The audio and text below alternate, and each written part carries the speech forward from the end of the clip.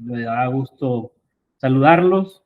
Por ahí va a aparecer otro nombre, pues estoy usando la computadora de un compañero, pero servidor Joel Cuevas. Me acompaña también de aquí de la Fiscalía Especializada de Nuevo León, la licenciada Alejandra Esquivel, que va a estar aquí acompañándonos. Va a tener también alguna intervención. Licenciada Alejandra. Buenas tardes a todos, un gusto. Bueno, pues vamos a dar comienzo. Voy a compartir pantallas y por favor me pueden apoyar diciéndome si se logra ver, por favor.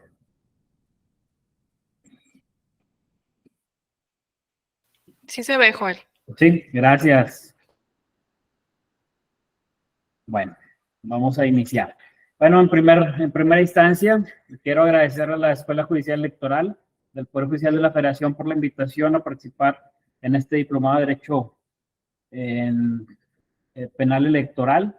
Quisiera agradecer la invitación que me realiza el fiscal, el maestro Gilberto de Escolofón, y también agradecer al doctor Alonso Vázquez Moyers por la oportunidad de participar en este tan importante evento académico. Bueno, pues el día de hoy continuaré con la segunda parte del tema titulado Fiscalías y áreas especializadas para la atención de delitos electorales. En primera instancia, vamos a ver lo que son las fiscalías electorales locales, cuál es su estatus, cómo han transitado cada una de ellas de ser procuradurías dependientes del Ejecutivo, ahora bien, las fiscalías como órganos autónomos. Mi idea es estructurar esta temática a partir de un breve estatus actual de las fiscalías o las unidades encargadas de atender los delitos electorales en las entidades federativas. Una visión prospectiva de hacia dónde podríamos avanzar con un diseño normativo para posteriormente hablarles sobre algunas generalidades del sistema penal acusatorio y su aplicación en lo que es en los delitos electorales, que ha sido un reto muy grande al transitar de los, vamos a llamarlo así, de los códigos penales del Estado, ahora aplicar la ley general en materia de delitos electorales, pues realmente a nivel nacional no existen muchos antecedentes con los cuales nosotros, operadores de la materia, podamos ya ir con algún tema definido hacia las audiencias y obtener los resultados óptimos, ¿verdad? Lo que nos hemos topado, pues es pues realmente que apenas se van generando esos criterios, pero bueno, vamos avanzando en esos temas y pues al final la maestra Alejandra Esquivel nos contará algunos casos que hemos tenido aquí en la Fiscalía Electoral del Estado de Nuevo León y cómo más o menos pues hemos integrado estas carpetas que pues unas han sido de éxito y otras pues realmente continuamos con la integración de las carpetas. Pero bueno, para entrar en materia tocaremos primeramente el tema de fiscalías electorales y su estatus actual. A pesar de que la ley general en su artículo, la ley general de materias electorales en su artículo 25 instruye la obligación de establecer fiscalías especializadas en las entidades federativas, al día de hoy no todas las entidades cuentan con dichos organismos. Pues aquí pongo un listadito de los estados que ya hemos transitado de procuradurías a fiscalías y pues realmente son las menos. Si logramos observar, quienes no cuentan con fiscalías electorales, pues es el estado de California Sur, Campeche, Chihuahua, Colima, Durango, Tlaxcala y Yucatán. Estas cifras son actualizadas al mes a inicios de este año 2023. Creo que ya algunas están en tránsito para hacerse lo que son transitar a fiscalías electorales como órganos autónomos de los estados. Bueno, si vemos esto, podemos concluir que aún y cuando la mayoría de los estados de la República ya existen fiscalías especializadas, en otras, quienes atienden la investigación de los delitos son áreas específicas o unidades dependientes del Ministerio Público. Por ejemplo, hay unos estados que tienen subprocuradurías de atención a delitos electorales y delitos cometidos por servidores públicos, delitos patrimoniales, etcétera.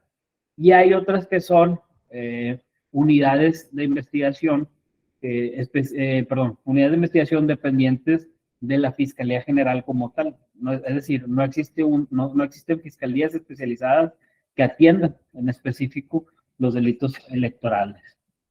Faltando legislar o publicar los decretos correspondientes a la especialización de la materia, como lo es Baja California Sur y Chihuahua. Por último, en este tema es cierto que el marco normativo no es suficiente para garantizar el fin consagrado en el artículo 25 de la Ley General en materia de delitos electorales, relativo a dotar a las fiscalías de los recursos humanos propios, también financieros y materiales que requieran para su efectiva operación. Pero ya es un gran paso hacer visibles sus actividades y necesidades en aras de salvaguardar la función pública electoral y demás principios constitucionales vinculados a la materia comicial. Ahora bien, para culminar este tema, que realmente es muy cortito, quisiera hablar sobre la proyección que considero puede avanzar a la configuración del marco normativo que delinea la actuación de las fiscalías electorales con una visión a consolidarlas como órganos constitucionalmente autónomos, que es lo ideal, a que transitemos ya todas las fiscalías a nivel nacional, a que seamos órganos realmente independientes, autónomos, es decir, con presupuesto propio, con operatividad, con operatividad propia, con personal propio. Realmente sí se requiere mucho trabajo. Por decir aquí en la Fiscalía de Nuevo León, contamos, en este caso, bueno, un servidor, estoy como director de Ministerios Públicos, tenemos 3 unidades de investigación y 3 agentes del Ministerio Público orientadores, que son quienes tienen el primer contacto con los ciudadanos. Realmente contamos con un destacamento de policía ministerial, pero a pesar de que puede sonar robusto, transitar a la autonomía como tal y trabajar como realmente se debe, pues ocupamos, por decir, peritos en análisis, peritos en documentoscopía, peritos en diversas materias para que nosotros realmente podamos desarrollar nuestro trabajo como pues obviamente, que puedan ser casos de éxito. Les comparto, por ejemplo, nosotros, o sea, bueno, nos tenemos que apoyar con la Fiscalía General de Justicia, que ellos obviamente con todo gusto lo hacen, pero pues realmente pues estamos a expensas de sus tiempos, de sus labores, pero realmente sí cuentan con esas experticias que nos han ayudado mucho. Un ejemplo de la Fiscalía Especializada dotada de autonomía constitucional, aunque no en el ámbito electoral, pero sí en ámbito anticorrupción, es el caso de Chihuahua, que incluso ellos cuentan con una ley reglamentaria y orgánica que define su organización y funcionamiento, contando con un servicio profesional de carrera para su personal. Es decir, ellos sí cuentan con, como yo les digo, con peritos, con analistas, etcétera, que realmente a veces son obstáculos con los que nos topamos, porque pues realmente es bien sabido que pues, los delitos también van avanzando junto con la tecnología. Tenemos delitos que se han cometido a través de redes sociales, o nos topamos con casos de que nos proporcionan audios o videos. Entonces, todo eso tiene que ser analizado por un perito experto en la materia. Entonces, bien, esto básicamente es encaminado a que pues se dote de los recursos propios a cada una de las fiscalías.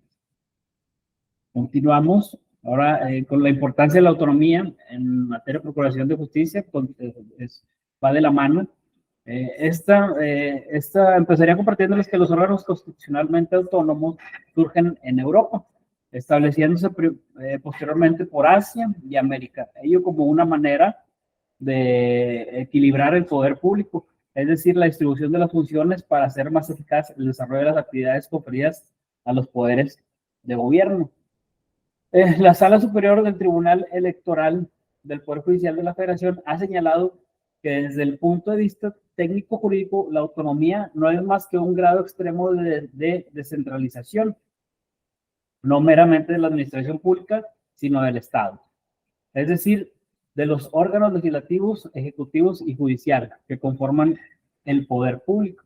Ello es así porque en términos generales, la descentralización es una figura jurídica mediante la cual retiran en su caso determinadas facultades de decisión o de poder de una autoridad central para conferirlos a órganos o autoridades de competencia específica o menos general.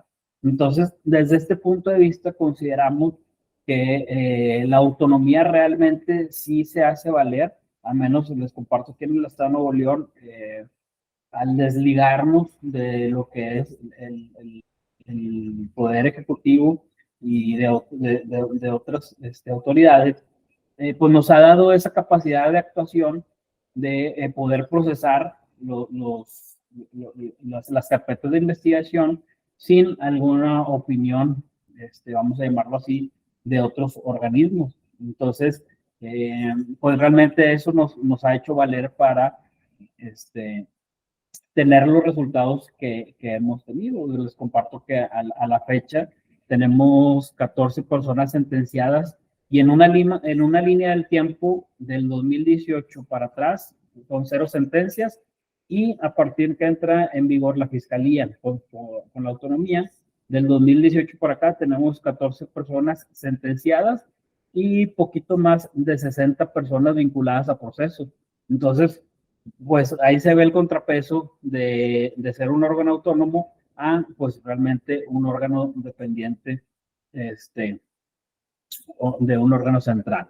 De esta forma, el sistema jurídico mexicano no ha sido la excepción a esta distribución del poder público, ya que a través de estas diversas reformas surgen los órganos autónomos reconocidos desde la Constitución Política de los Estados Unidos Mexicanos, que no están subordinados a algunos de los poderes del Estado. Sus funciones especializadas se ejercen de forma independiente y les permiten cumplir con mayor eficacia los objetivos para los que fueron creados, dotándolos de personalidad jurídica, patrimonio propio y una estructura administrativa. Del análisis realizado por el doctor Ugalde Calderón,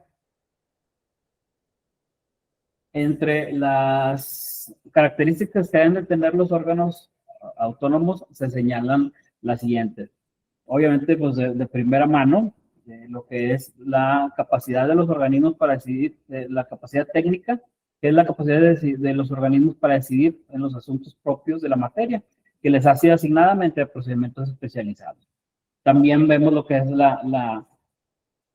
lo que es la orgánica administrativa, que no depende, es decir, esto es que no dependen jerárquicamente de algún otro poder, como les comentaba ahorita. Pues eso realmente nos beneficia porque no hay alguien que pueda meterse en los asuntos, otro, vamos a llamarlo así, otro poder o entidad que pueda meterse en los asuntos y que puedan tener decisión sobre ellos. Entonces, aquí realmente,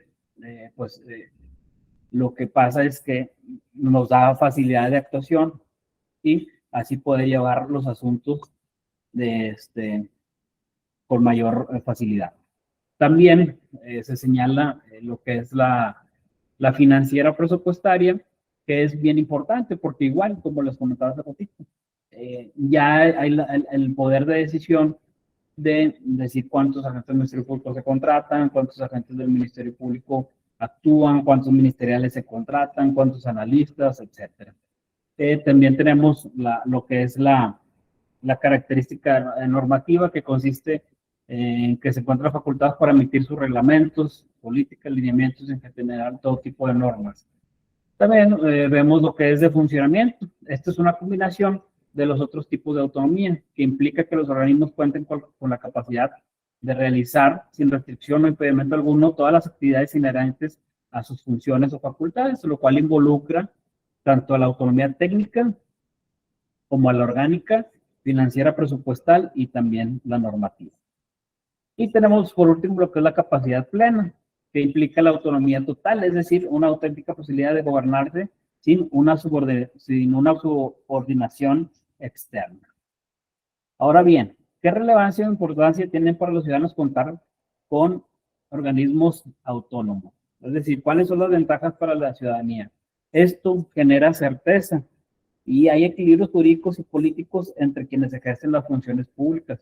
De igual manera, yo les comparto la experiencia que pues, hemos tenido aquí en la Feria de Nuevo León, es que a partir de que nosotros hemos llevado a personas, audiencias, los han vinculado a proceso, se nos ha aumentado en un 80-90% la entrada de denuncias, además de que hemos puesto al alcance de toda la ciudadanía diversas herramientas de denuncia, como lo es denuncia anónima. Hay un portal que tú te metes a internet y puedes presentar una denuncia anónima en ese mismo portal. Tú puedes subir un video, puedes subir una fotografía al momento de los hechos, y esa se canaliza al destacamento de la Policía Ministerial y es investigada de manera inmediata.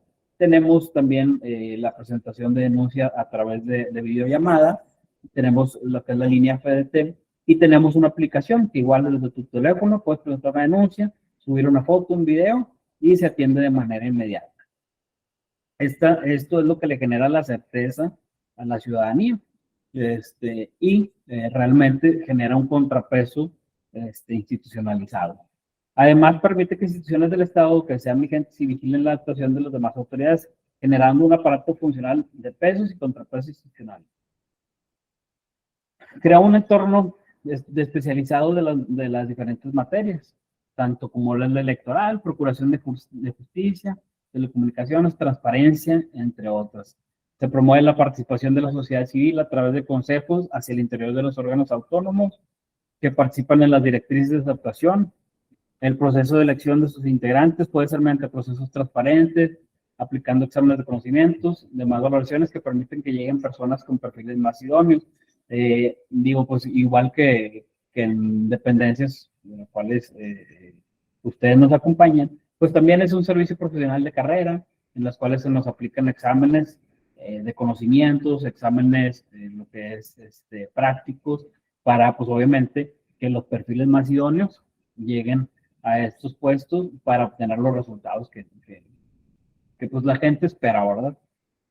Entonces, ¿por qué podemos preguntarle por qué es importante que todas las fiscalías electorales cuenten con autonomía? Bueno, pues vamos a resumir lo que es porque abonan en el cumplimiento de los principios de imparcialidad e independencia de actuación que rigen el desempeño del servicio público, sobre todo considerando que el bien jurídico en general consiste en proteger el adecuado desarrollo de la función pública electoral. Asimismo, la consulta popular y el voto libre y secreto, por tratarse de características del Estado democrático. ¿Hasta aquí alguna pregunta?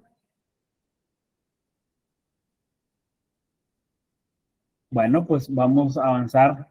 Ahora sí vamos a entrar en materia penal. Igual, si tienen alguna duda, algún comentario, nos podemos parar, ver la inquietud y pues aquí entre todos lo sacamos. Bueno, vamos a iniciar con lo que son las etapas del procedimiento ordinario. El procedimiento ordinario realmente, pues desde que inicia, recuerden que les comenté que aquí en la Fiscalía tenemos unos compañeros que se llaman, el puesto se llama agente del Ministerio Público Orientador o orientadora, quienes tienen el primer contacto con el ciudadano. Y con esto se inicia la investigación inicial. Es decir, ellos reciben las denuncias, las querellas o cualquier otro requisito equivalente. ¿Cuál es este requisito equivalente? Puede ser un informe policial homologado, porque el policía iba transitando por la calle, lo detiene una persona, oye, es que ayúdame, quiero levantar una denuncia. Entonces los policías, a partir de que entró en vigor el sistema penal acusatorio, con las atribuciones que se les dieron a las corporaciones policíacas, ellos traen un informe policial homologado, levantan su denuncia y a su vez ellos lo hacen llegar a la gente del Ministerio Público. También para que se usan los informes policiales homologados para cuando existe una persona detenida y va a ser puesta a disposición del Ministerio Público. En materia, vamos a llamarlo así, general, existe lo que son el informe de Party Crockett cuando son accidentes viales y el acta de denuncia también que pueden recabar también los policías. Una vez que recibimos lo que es la denuncia, se inician con los actos de investigación.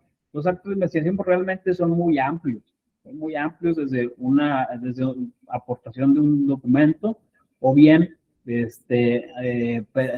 dictámenes periciales, también pueden ser, ¿cómo se llama? Perdón, un sinfín pueden ser entrevistas, pueden ser audios, videos, pueden aportar muchas cosas. Realmente no hay limitantes siempre y cuando no se violenten los derechos fundamentales. Obviamente no torturas, no testigos coaccionados, etcétera. De ahí en fuera, pues cualquier cosa puede ser dato de prueba. Entonces, de los más complejos, les comparto que hemos tenido aquí en la Fiscalía Electoral, pues han sido la validación de lo que son las boletas, de unas boletas para votar y también lo que es comparación de audios. Nos han aportado audios,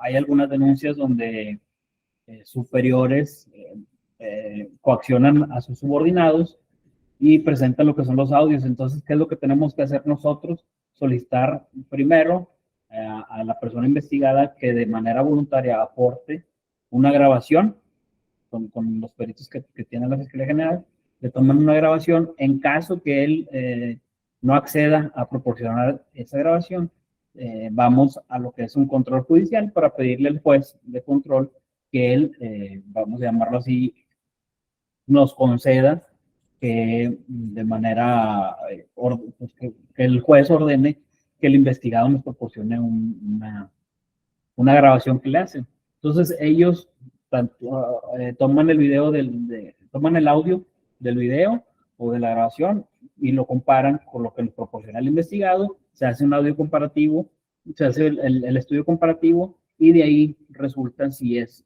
la voz de la persona o no. Pues eso de lo más complejo que hemos tenido aquí.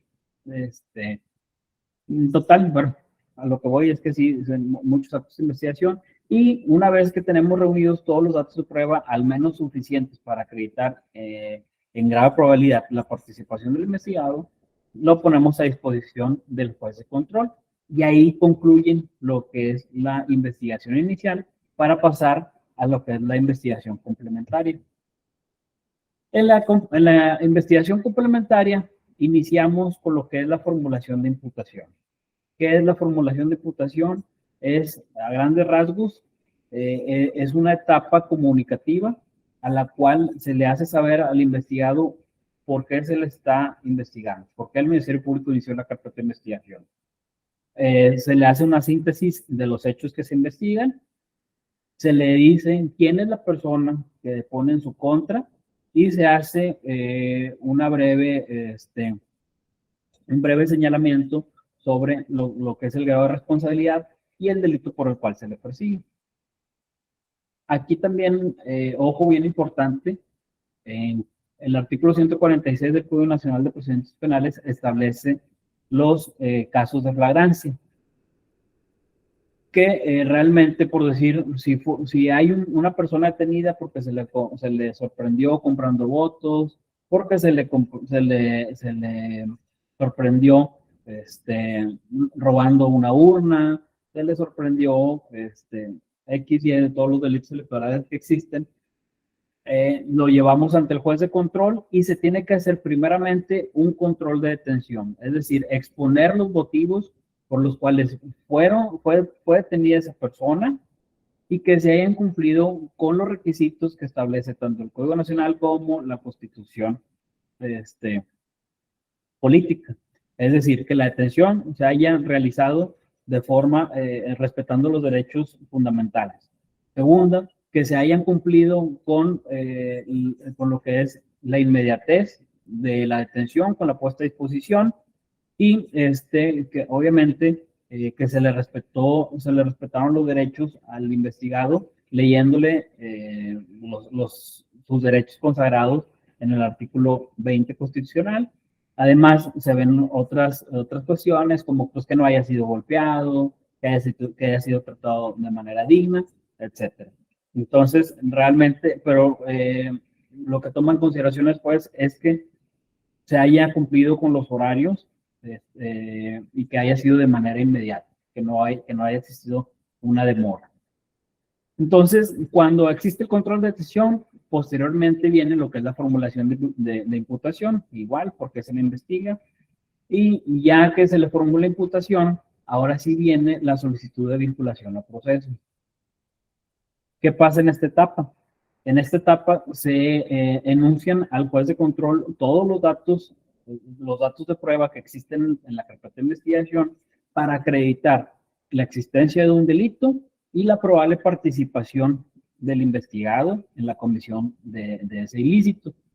Entonces, ya una vez que se exponen ante el juez de control todos los datos de prueba, también obviamente le ceden el derecho al investigado de que él declare o puede aportar pruebas también en su favor.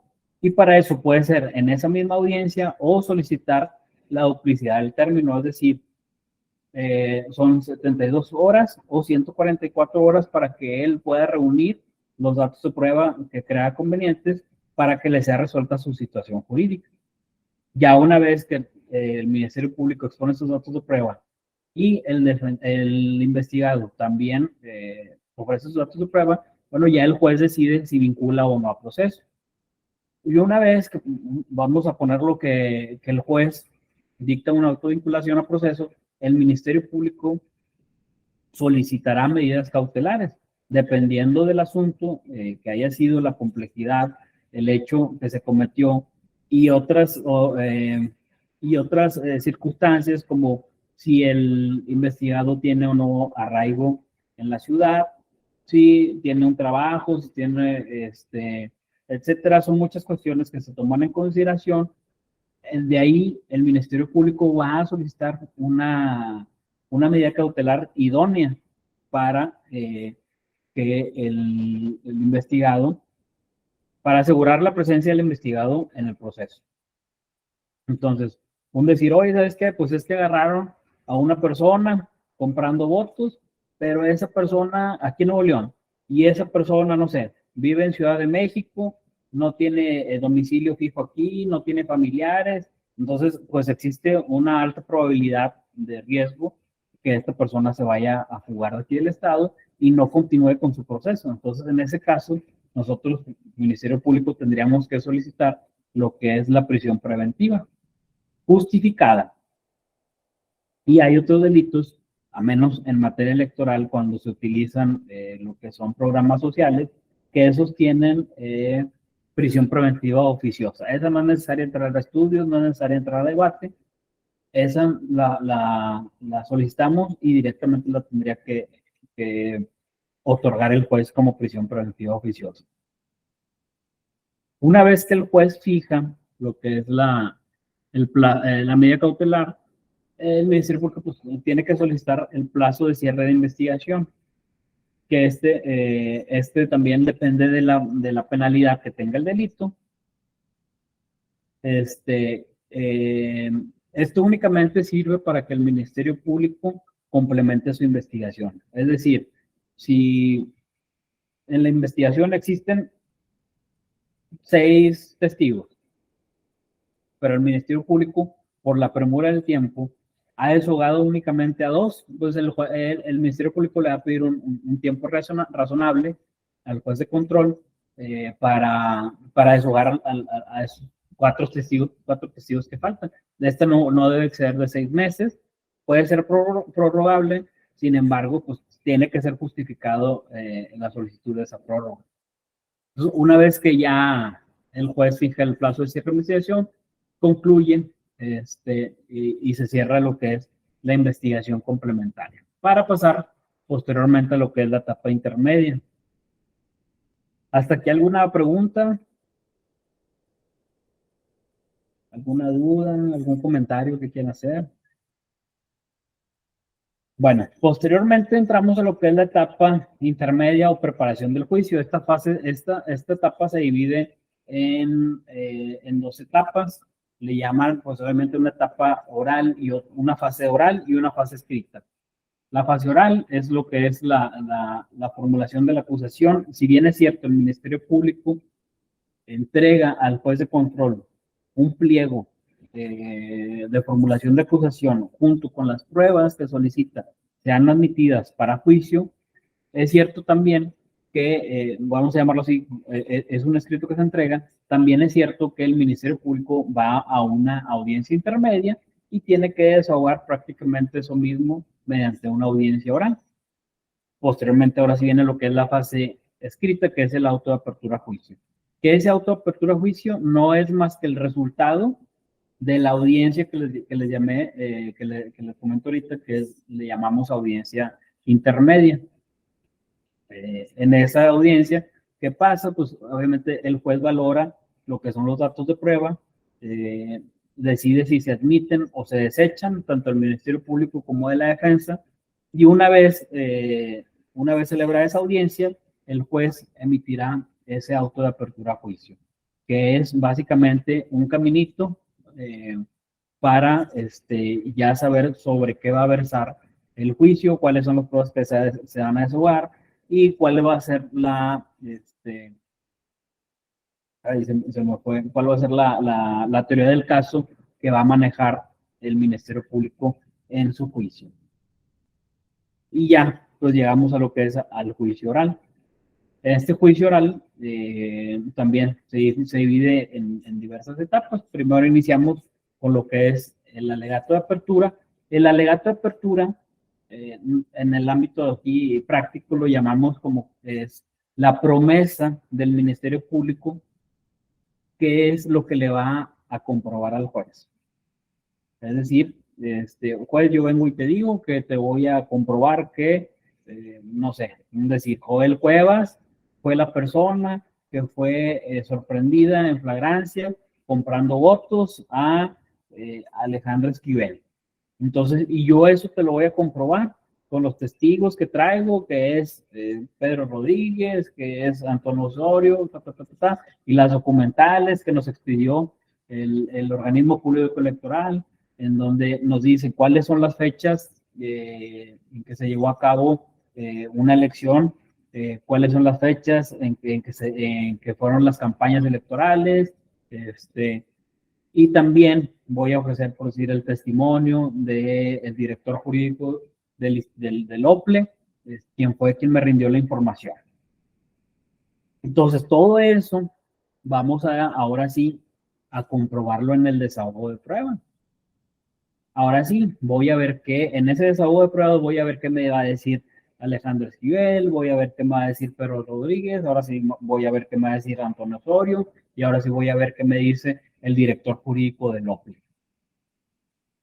Y tiene que ir todo concatenado. ¿Por qué? Porque imagínense donde yo diga, oye, ¿sabes qué? Esto fue el día de la jornada electoral y que me diga uno de los testigos, no sé, Pedro Rodríguez dice que eso fue 2 días antes de la elección. Uy, híjole, pues ya se me vino abajo mi teoría del caso. Entonces, por eso es bien importante traer bien estudiado el caso y obviamente, pues bien manejado a los testigos, en el sentido de que, oye, recuerda qué pasó, recuerda lo que fue lo que pasó, porque también nosotros no tenemos que hacer preguntas abiertas en el juicio. Entonces, es algo bien interesante esta etapa, que al final de esto, del desahogo de pruebas, el juez va a decidir, bueno, también aventamos lo que es el alegato de clausura. Oye, ¿sabes qué? Pues yo te cumplí lo que te prometí en el alegato de apertura. ¿Por qué? Porque desahogué este testigo, desahogué el otro testigo, vino el director del OPLE, tenemos la documental, la copia certificada del director del OPLE, donde dice que el día de la jornada fue el 2 de julio. Ahora le va. Entonces, eso ahora sí lo va a tomar en consideración el juez para emitir su sentencia. Ojo, dentro del desahogo de pruebas, también la defensa tiene derecho a preguntar sobre los testigos que ofrece el Ministerio Público. Entonces, ahí es un trabajo muy arduo y muy importante. Tienes que estar concentrado al 100%. ¿Por qué? Porque muchas de las artimañas que usan los defensores es trata de confundir al juez, trata de confundir al testigo para que caiga en contradicciones. Entonces, pues nosotros tenemos que traer ahí la ardillita al 100 para estar escuchando todo lo que dice y todo lo que pregunta el defensor, objetar, etcétera. Ya posteriormente, pues viene, como les comento, el alegato de clausura. En caso de que se dicte una sentencia condenatoria, posteriormente viene lo que es la individualización de la pena. Que la individualización de la pena no es más que, oye, ¿sabes qué? Pues mira, de este hecho que yo te comprobé, tengo un dictamen psicológico en donde la persona afectada trae un daño psicológico y le están recomendando un perito que tome sesiones por 6 meses, una vez por semana. El perito que tenemos cobra 500 pesos, por lo tanto, en los 6 meses pues, van a ser 12,000 pesos. Y eso es lo que nosotros exigimos como reparación de daño hacia nuestra víctima. Recordemos que en los delitos electorales únicamente existe víctima cuando el delito es cometido a través de medios violentos, cuando existe cuando existe una coacción, una amenaza, que eso puede derivar de un daño psicológico o un daño físico. Es decir, si él también trae lesiones y gastó en el doctor, bueno, pues también vemos de que se haga la reparación del daño en cuanto a ese tema.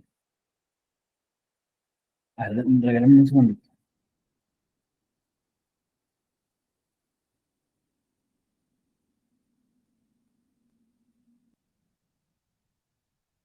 Y en otros delitos, realmente el afectado es el Estado.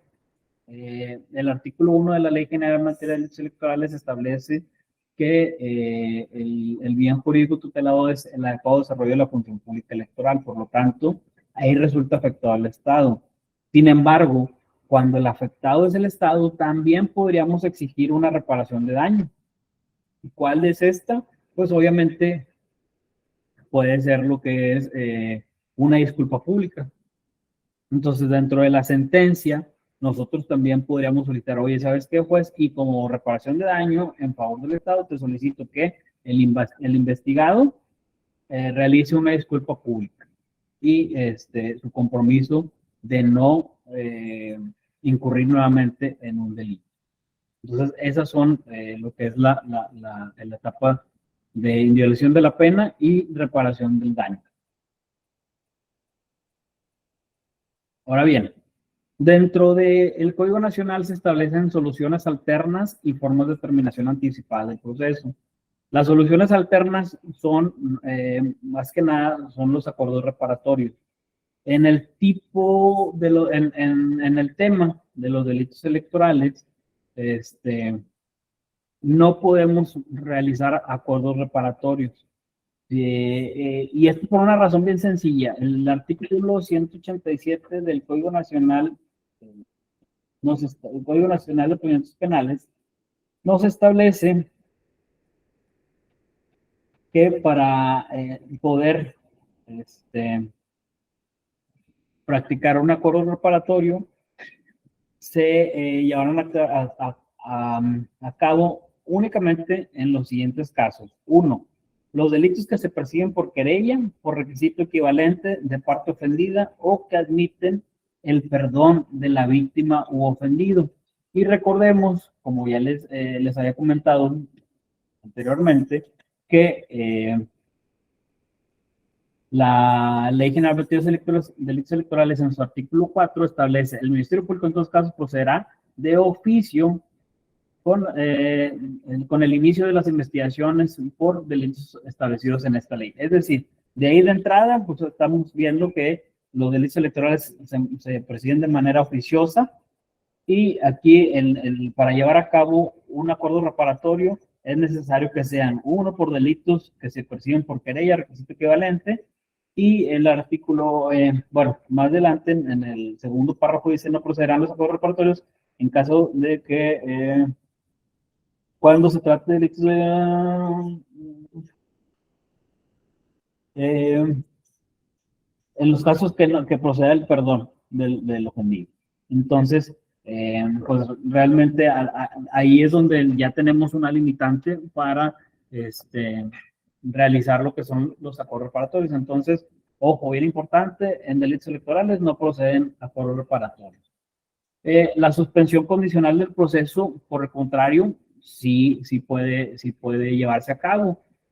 ¿Por qué? Porque realmente, por decir, esto depende de las penalidades que tengan los delitos. El artículo 7, que es el más, vamos a llamarlo así, que tiene más impactos en el Estado de Nuevo León, al menos en el Estado de Nuevo León, son los delitos cometidos por cualquier persona y que la penalidad establece que son de 6 meses a 3 años. Entonces,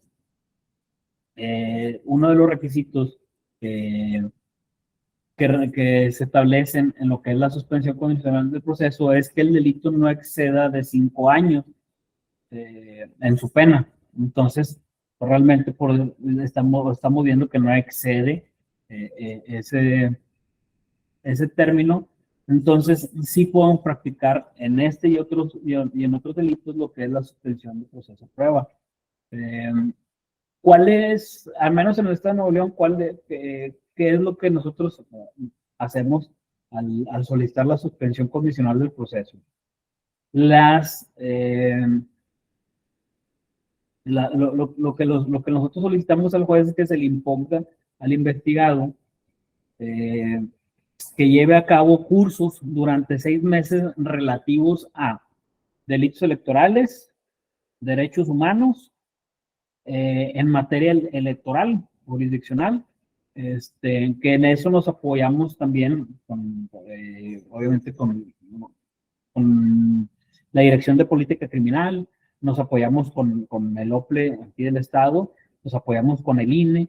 Esto, más que nada, obviamente, tratando de hacer una reinserción y que esta persona pues realmente conozca que las actuaciones que realizan y que ellos las den normales, por decir la compra de voto, pues realmente ya es un delito.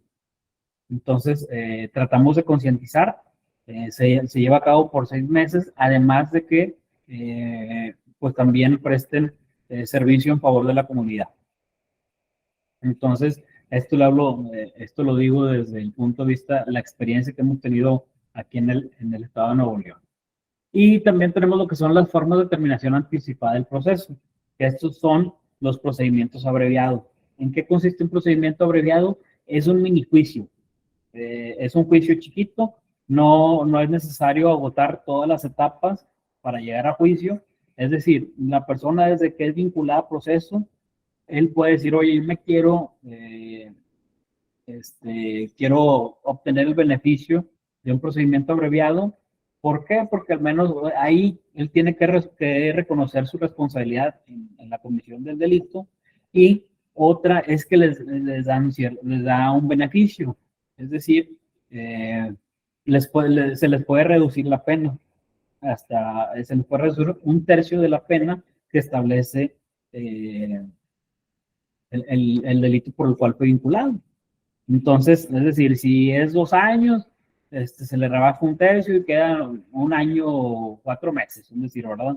Entonces, eso también a ellos les beneficia. ¿Por qué? Porque al ser sentenciados por una pena de 1 año 6 meses, 1 año 4 meses, 1 año 3 meses, ellos a su vez pueden solicitar otro beneficio en etapa de ejecución para que les sea sustituida la pena. Es decir, que no cumplan la pena de prisión, sino que lo cumplan prestando servicio en favor de la comunidad, yendo a firmar cada 15 días, etcétera. Entonces, en esto consiste el procedimiento abreviado, que se les otorga beneficios siempre y cuando reconozcan su responsabilidad en el delito. Y las características de estos, vamos a llamarlos y beneficios a las personas investigadas, es que estos pueden tramitarse hasta antes que se dicte el auto de apertura a juicio oral. Ahora bien, pues continuamos con la licenciada Alejandra. Bueno, hasta aquí alguna duda, algún comentario que quieran realizar en cuanto al procedimiento electoral, digo, el procedimiento penal. Bueno, continúa mi compañera. Me dio un gusto estar con ustedes. Veo caras conocidas aquí, licenciada Isela y sus compañeros de la Pequeña Nuevo León. Quedamos a sus órdenes. No me desconecto, quedo aquí para despedirme ahorita, pero continúa la licenciada Alejandra.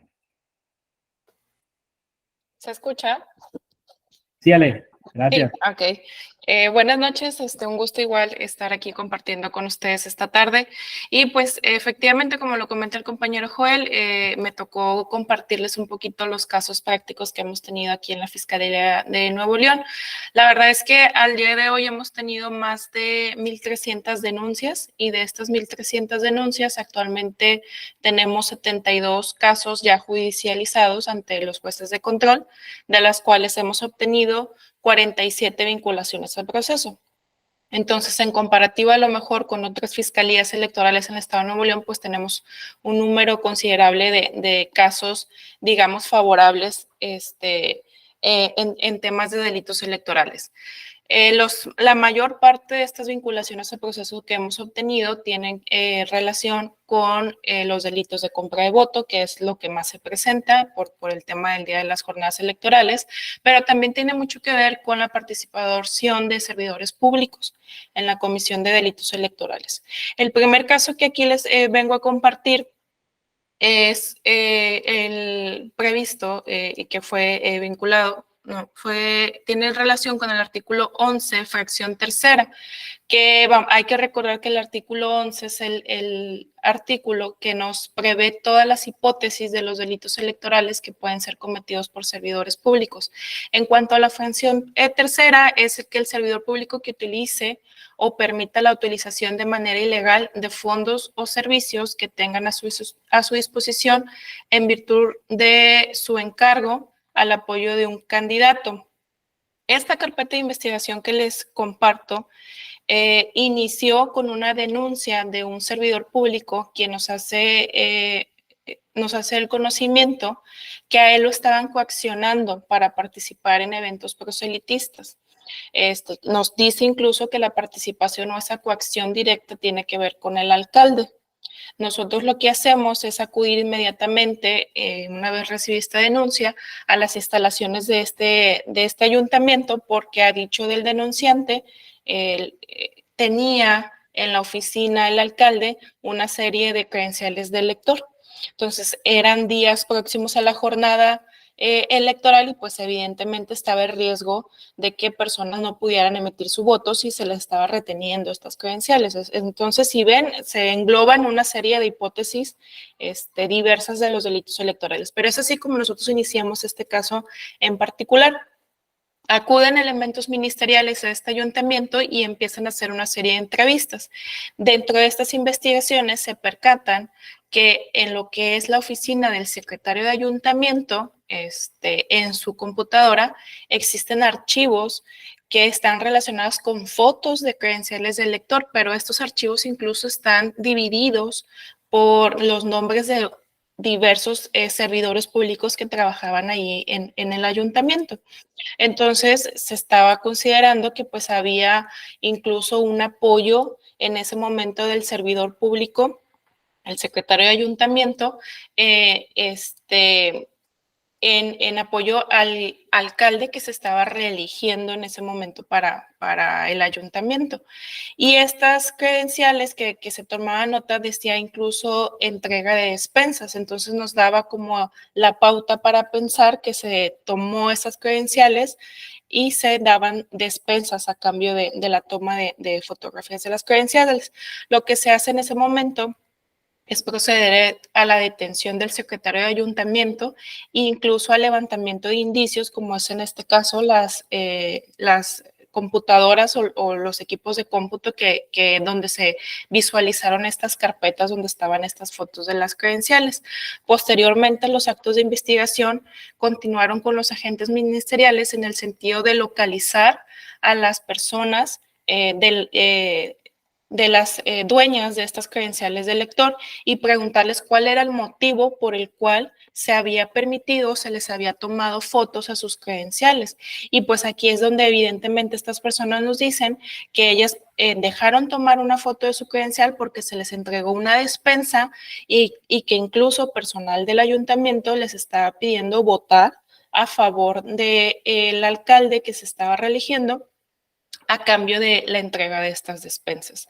Aquí lo interesante de este proceso es que incluso el Tribunal Electoral nos solicita copias de nuestra carpeta de investigación y una vez que ellos analizan todos estos datos de prueba que nosotros recabamos en esta investigación, es que ellos determinan anular la elección y ordenar una elección extraordinaria. ¿Por qué? Porque ellos acreditan que hubo un uso indebido del aparato del municipio para realizar una serie de delitos electorales. Entonces, por eso es que este caso, pues digamos de que de cierta manera trascendió incluso a que hubiera modificaciones en una elección y que se celebrara una elección extraordinaria.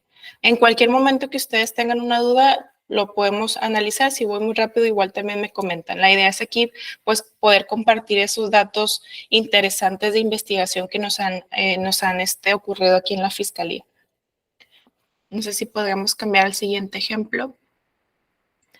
El siguiente caso también que quisiera compartirles el día de hoy es de otro servidor público que es inicialmente esta carpeta de investigación también inicia por una denuncia anónima en el que nos dicen que el alcalde de un municipio y ciertos servidores públicos están organizando una junta en la que les están pidiendo a los taxistas voten a favor de la esposa del alcalde, que es la persona que se está postulando para el ayuntamiento, y los están coaccionando y les están pidiendo que porten propaganda electoral y demás. Entonces recibimos esa llamada e inmediatamente, porque igual estamos en días cercanos al proceso electoral, a la jornada electoral, lo que hacemos es inmediatamente pues comunicar esto a nuestro destacamento ministerial y ellos arman un operativo en el que acuden a este municipio. Aquí lo interesante es que llegan al lugar de los hechos, nos habían dicho que era una quinta en donde estaban reunidas todas estas personas y sí, efectivamente hay un sinfín de taxis afuera de la quinta y personas adentro de este lugar. Afuera de la quinta había incluso personas pertenecientes al partido político contrarios al de la señora que se estaba postulando, esposa del alcalde, y son quienes se acercan a los ministeriales y les dicen que incluso está pasando un acto de violencia, que tienen privado de la libertad a una persona compañero de ellos, de este otro partido político. Los ministeriales lo que hacen es asomarse por una de los portones que permite visualizar hacia adentro y sí, efectivamente ven al propio alcalde y demás servidores públicos golpeando a esta persona. Entonces, al encontrarse en riesgo la vida de una persona, los agentes ministeriales proceden a inmediatamente ingresar a salvaguardar la integridad física de esta persona. Aquí lo interesante es que ellos son detenidos en el momento, pero son investigados por la privación ilegal de la persona que estaban golpeando.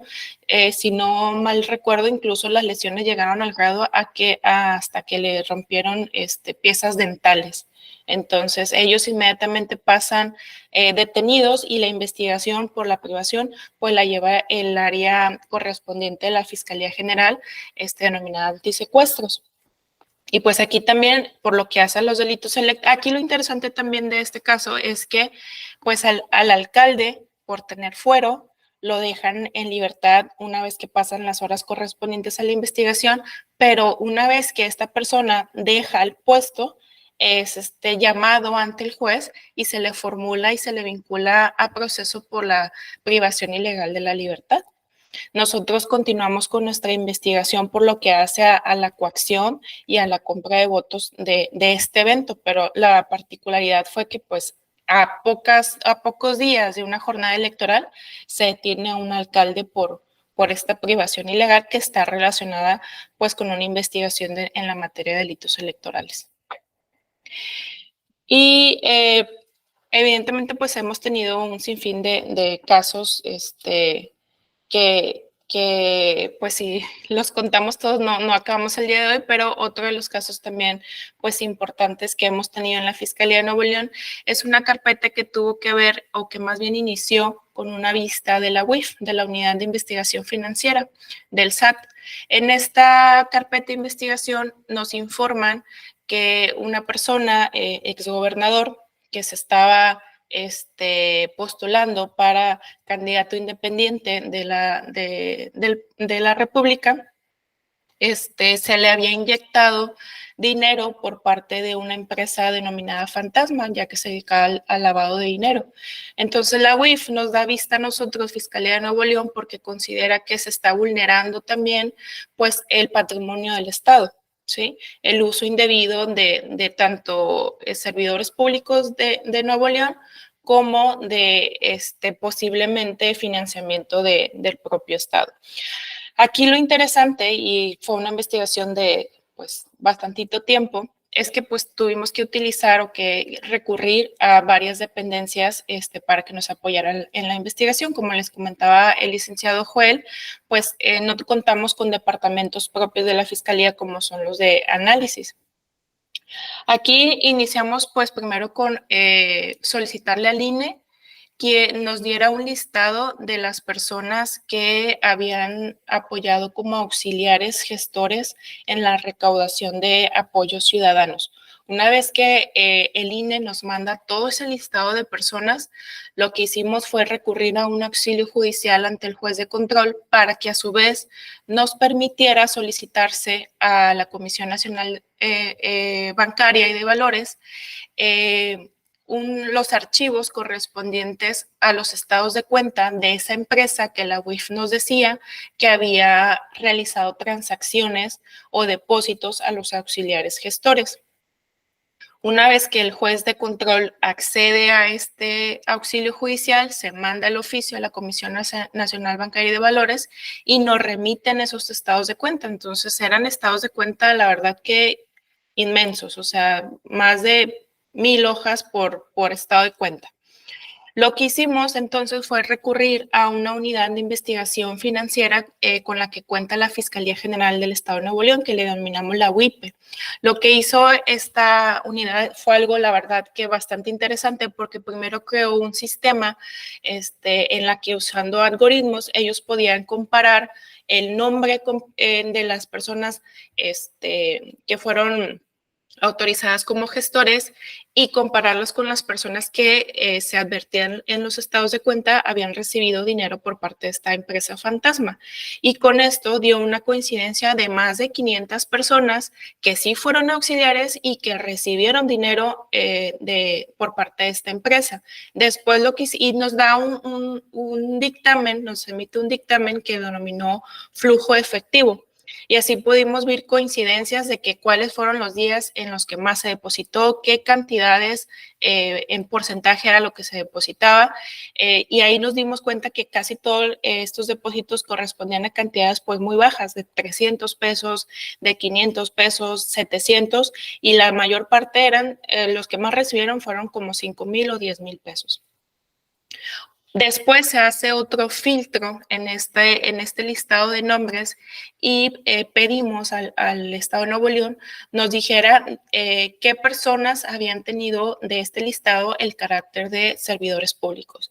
Y aquí nos arroja únicamente alrededor de 5 o 6 personas que se encontraban en este listado.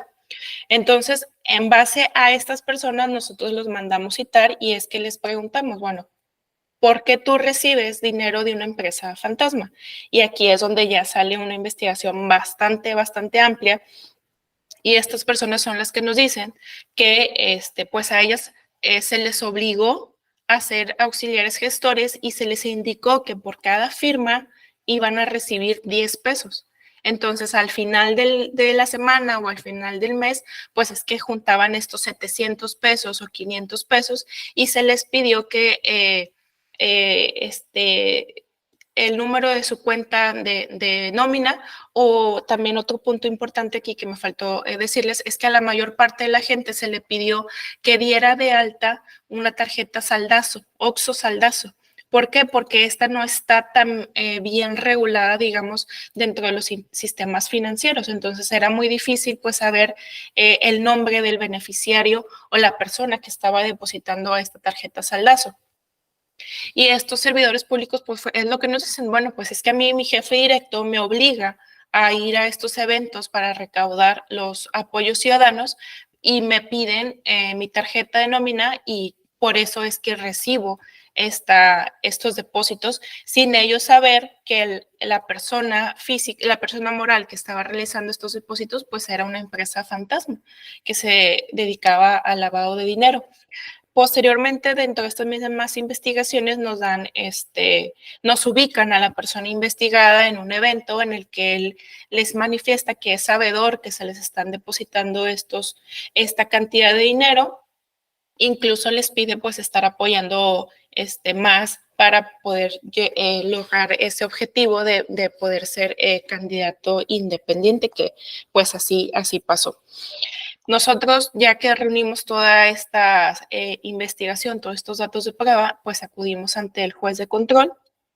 Es una audiencia que duró más de 9, 10 horas y pues logramos una vinculación al proceso en contra de esta persona investigada. Aquí pues no hubo debate por parte de la defensa en cuanto a nuestros datos de prueba, que también es un punto muy importante. No nos debatieron ningún dato de prueba, más bien ellos debatían otra circunstancia que tenía que ver con la calidad de la persona investigada en el momento de los hechos.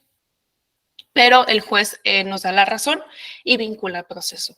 Después entramos a la etapa de visualizar la necesidad de cautela y para esto nosotros contábamos con un informe emitido por la Unidad de Medidas Cautelares en la que nos daba 13 o 15 razones por las cuales consideraba que era necesario la implementación de una prisión preventiva justificada.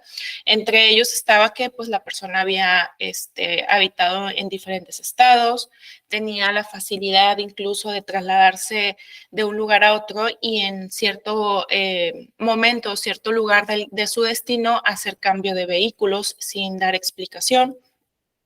Los familiares no nos hacían, no les explicaban o no daban razón de cuál era el domicilio que habitaba porque tenía 7 u 8 domicilios y unos de ellos estaban deshabitados y otros domicilios tenían la misma nomenclatura en la misma calle. O sea, en una calle había 2 domicilios con la misma nomenclatura y no se sabía en cuál de ellos habitaba y un sinfín de puntos que nos visualizó la OMECA.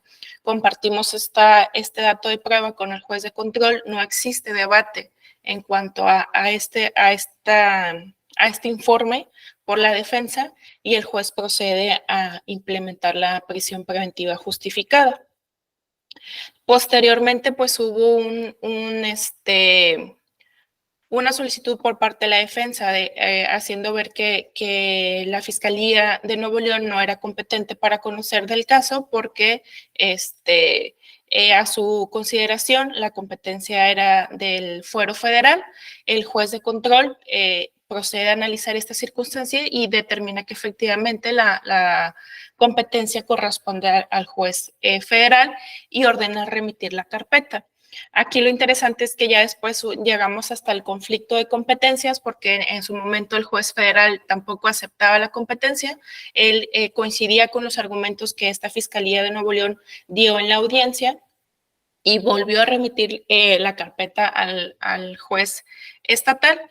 se hace un conflicto de competencia, se eleva a los tribunales federales y es cuando los tribunales federales pues determinan que la competencia pues efectivamente debe de quedar a nivel federal y nosotros pues dejamos de conocer de esta carpeta.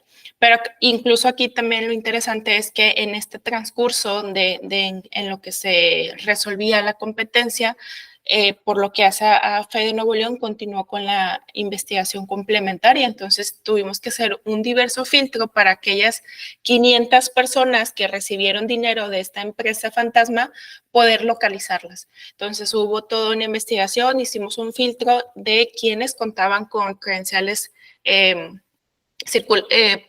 para conducir. Y de estos 500, 200 sí contaban con esta credencial para conducir, y es cuando emitimos cédulas citatorias para poder entrevistarlas y que nos dijeran pues cuál era la razón por la cual habían recibido ese dinero. Alcanzamos a entrevistar alrededor de 10 personas y todas fueron coincidentes en decir que ellas pues se les informó que el recaudar estos apoyos ciudadanos era un trabajo, para ellos era un trabajo, no lo hacían como de voluntad propia, y esperaban ese pago a cambio de la recaudación de los apoyos ciudadanos. En este lapso es cuando se resuelve la competencia y pues enviamos la carpeta original al juez federal. Entonces, pues evidentemente hemos tenido casos bastante, ahora sí que trascendentes.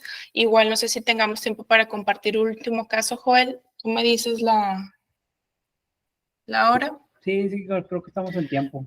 Bueno, el último caso que quisiera compartirles es uno que tiene que ver con violencia política de género. Yo creo que es un caso, pues evidentemente, un tema muy, muy importante, y hablar de violencia de género pues nos llevaría incluso a lo mejor varias sesiones, pero aquí este caso en particular tiene que ver con una publicación. La mayor parte incluso de las denuncias que nosotros recibimos por violencia de género está relacionada con publicaciones que realizan en contra de personas candidatas o servidoras públicas.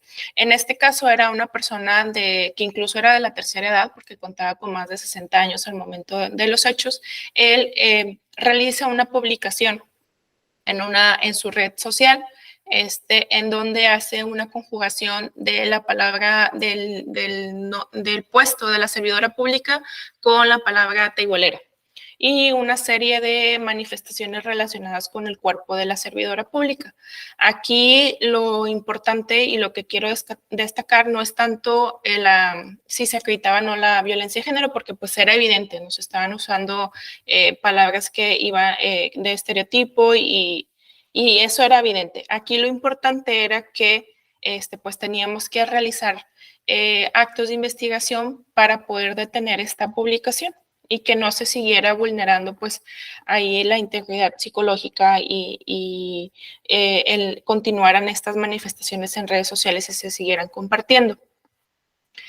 Nosotros lo que hicimos fue acudir al Departamento de Análisis de la Secretaría de Seguridad Pública, Fuerza Civil, para que ellos nos dijeran si esta publicación seguía activa, y si de seguir activa nos pudieran ubicar si había un correo electrónico o un teléfono relacionado con este perfil.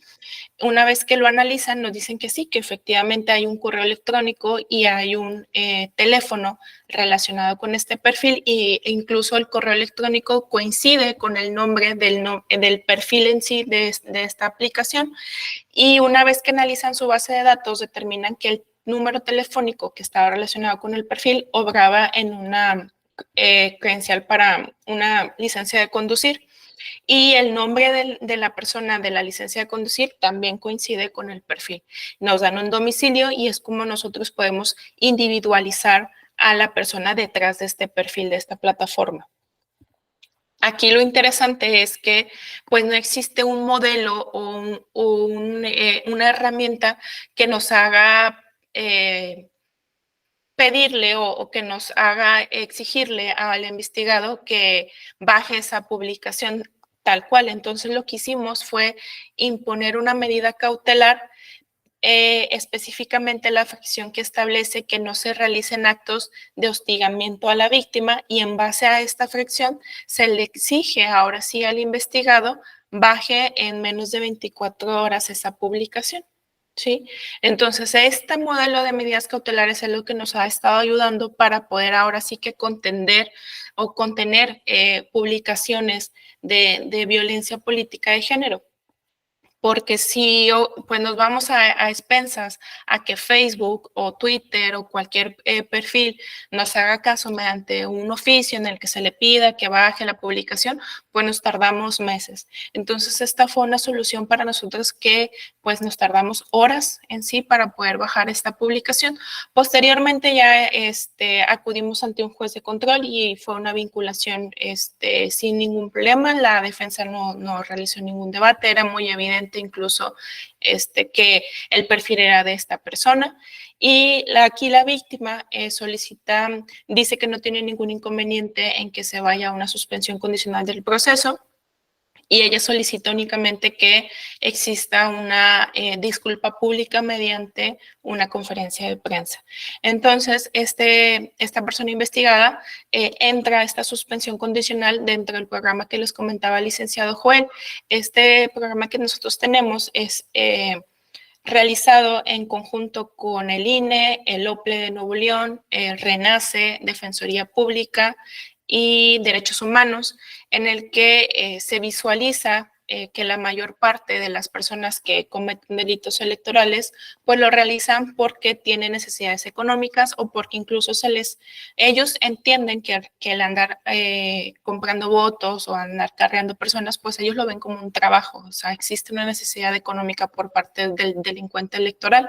Entonces, lo que se visualiza es esa circunstancia y se hace este programa en conjunto con esas instituciones, en el que dentro de la suspensión condicional al proceso se les imparte una serie de capacitaciones a los delincuentes electorales con la intención de hacer conciencia en ellos, en que sepan qué fue el bien jurídico tutelado que dañaron, que ocasionaron con su delito electoral, pero incluso también un punto importante en este sistema es que se les ayuda por medio de RENACE a conseguir un trabajo lícito, o sea, no tener que recurrir a la ilicitud para poder tener ganancias, y se les apoya con tratamiento psicológico y se les apoya también para que consigan este trabajo. Y para las personas que cometen violencia política de género, incluso se adiciona capacitaciones en el tema de violencia contra la mujer, para que también tengan esa conciencia de cuáles son las acciones que lesionan este bien jurídico tutelado en específico en contra de las mujeres. Entonces, este caso que les comparto se va a ese programa. Él hace su disculpa pública en una conferencia de prensa, hace la disculpa pública en un periódico de circulación en el estado, trabajo en la comunidad y los cursos por parte de estas instituciones. Entonces, pues estos son los casos que digamos que tienen cierta relevancia aquí en la Fiscalía y que espero les hayan servido para que tengan un poquito más de ahora sí la expectativa de los delitos electorales aquí en el estado. No sé si tengan alguna duda, alguna pregunta, algún comentario. Bueno, por mi parte sería todo. Buenas noches. Buenas noches a todos, agradeciendo nuevamente por habernos acompañado. Quedamos a sus órdenes, cualquier duda que pudieran tener o algo, pues quedamos aquí a sus órdenes en la Fe de Nuevo León. Un gusto saludarlos. Y licenciada Rosa Isela, que tiene una pregunta.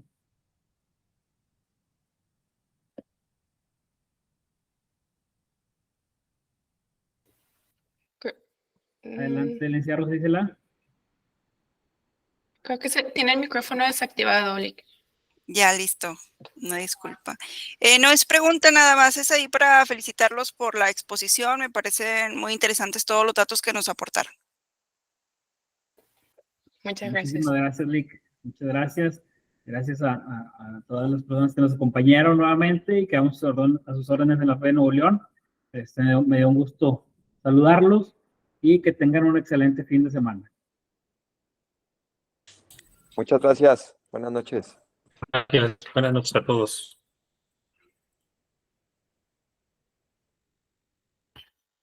Gracias, buenas noches.